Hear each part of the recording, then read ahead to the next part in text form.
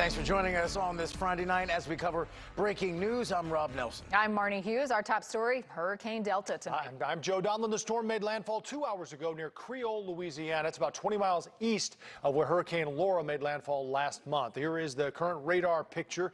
Delta hit as a Category 2 hurricane with maximum sustained winds of 100 miles per hour. Now here's some video from earlier tonight. This is from nearby Lake Charles.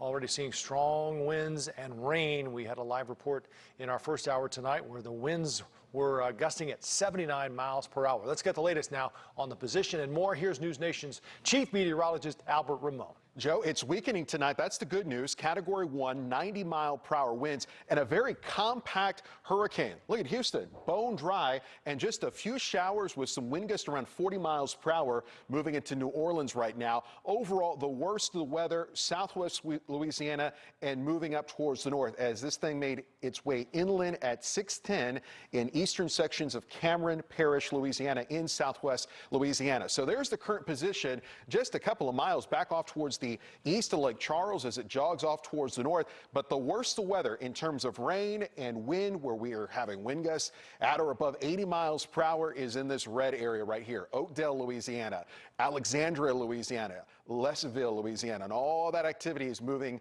up towards the north. Not a whole lot of action on the Doppler radar along coastal areas. Some dry air starting to wrap in on the bottom of the eye walls. The most intense wind is right in here. That being said, we still have a lot of onshore flow. Wind coming in from the Gulf, moving inland. That's forcing salt water inland, and in some places as high as 9 feet right now. The highest wind gusts coming in the last hour. Lake Charles at 79 miles per hour. North of Lake Arthur now at 81 miles per hour. Look at this one. Back here towards the south and east of Lafayette, 86 mile per hour wind gusts. And these will get updated. The ones that's about 38 mile per hour wind gusts in Alexandria, that will start to increase as that heavy rain band continues to climb up towards the north.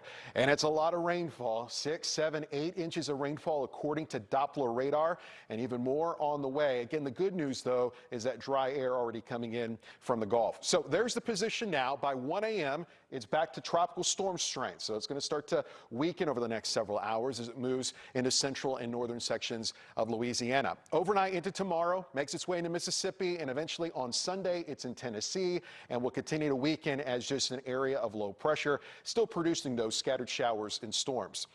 Flash flood watch, that's in place. As we showed you, Doppler radar indicating as much as 8 inches of rainfall has already fallen here in this part of south central Louisiana, and flash flood concerns, not just for the state of Louisiana, but portions of Arkansas, portions of Mississippi, and at least the southwest corner of Tennessee here for tonight. So let's take you hour by hour with future radar. Again, the worst of weather will continue to lift away from the coast over the next several hours. We'll stop the clock here as we head into early tomorrow morning, 4:30 a.m., scattered showers and thunderstorms, Monroe, Louisiana, Jackson, moving into Memphis, New Orleans. You're going to have these rain bands now through tomorrow morning coming in out of the Gulf. We'll keep an eye on those for quick spin up tornadoes. And as we head into tomorrow afternoon, notice the rain picking up in Nashville. Heavy rainfall, some of which could be on the heavy side, producing some strong winds moving closer to Birmingham. And then as we roll through Sunday, that activity continues to spread off towards the east, and we'll look for at least an opportunity of some gusty thunderstorms in places like South Carolina and North Carolina here on Sunday. So the good news is things are getting better. It's going to take several hours for really the wind to relax along the coast, but the worst of the weather is now inland, and that system, Delta, continuing to weaken here tonight. All right. Thank you, Albert. Well, this is the 6th time this season Louisiana has been threatened by tropical storms or hurricanes, as you've heard Albert talk about. Delta, a Category 2 hurricane, has brought maximum sustained winds of 100 miles per hour. And right now, let's go back to NewsNation reporter Blake Brown. He has been in the thick of it, a front row seat to Hurricane Delta in Lake Charles. Blake, set the scene. Hey, good evening to you guys again. Yeah, we are still here in Lake Charles. We are still getting a lot of those heavy wind gusts and a lot of those rain bands still coming here on shore, lashing us here in Lake Charles, just like you guys saw a little while ago when we last checked in. It has been a wild scene here. We were able to see the storm really coming on shore in the daylight hours earlier, which was something that is really not common for landfalling hurricanes here on the Gulf Coast. Typically, they come in overnight in the dark. But again, we were experiencing possibly 80, 90 mile per hour wind gust here on that northwestern corner of the eye here in the Lake Charles area. There is a hotel across the street. It appears they are without power right now. We are in a parking garage. Again, we are good where we are. We are safe. We are in a solid structure, but I do have to feel for a lot of these residents if they did in fact stay in this storm. I will tell you this, a lot of the residents, when we got to Lake Charles yesterday, it appeared a lot of them were going west towards Houston, Texas, trying to get out of harm's way, and you can't blame them for that. They just experienced a Category 4 storm, Hurricane Laura, here just 6 weeks ago. Again, they still had blue tarps on their roofs. There were still large piles of debris scattered across the city, so not a good situation here tonight with a second hurricane making landfall here in the Lake Charles area within the last month. I'm Blake Brown, NewsNation, Lake Charles, Louisiana. Blake, thank you so much. We're joined on the phone now by Lake Charles Mayor Nick Hunter, not just the mayor, also a lifelong resident of the city. Mr. Mayor, are you there? Good evening. I am. Good evening. Thanks so much. What are the early reports? What are you hearing so far now that the storm once again seems to be there in your backyard? Well, it is so true that every storm has its own DNA.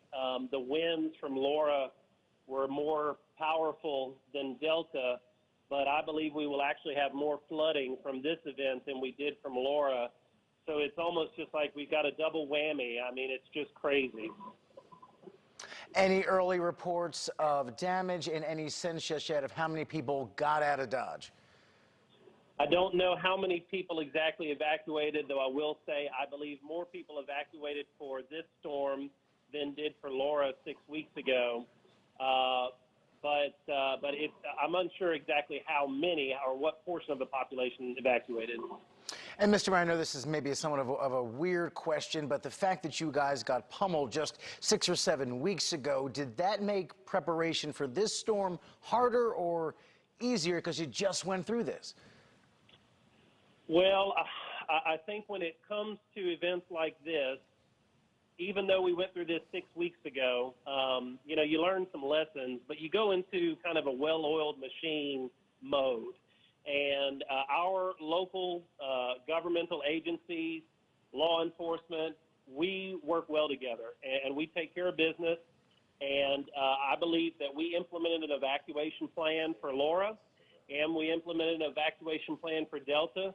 We provided people evacuation who didn't have the financial means to do it or didn't have transportation. So I feel like we got everyone out who was willing to leave. And looking at the forecast right now and the timing of the storm, when do you think you will be able to get out and begin to survey the damage and have a sense of now what's going to be in Delta's wake? Well, I would hope in the next 4 to 6 hours the winds would die down enough to where we could begin search and rescue. However, it's really going to be at least until daylight until we can really survey the damage. But we are hearing reports of flooding of structures already, and it's just heartbreaking to hear that because, again, any effects from a hurricane are devastating. But Laura was probably more of a wind event, and it looks like this is going to be more of a water event for us, and it's just like a double whammy. Mr. Mayor, please keep us posted. Thank you for your time tonight. As someone who lived in Louisiana for 10 years, folks in your state are nothing if not resilient and storm-tested, to say the least. So best of luck with this awful 1-2 punch, and thanks for giving us a few minutes of your time tonight, sir. Thank you. Thank you. Bye. And a reminder, you can track the storm and read the latest stories on our free NewsNation Now app.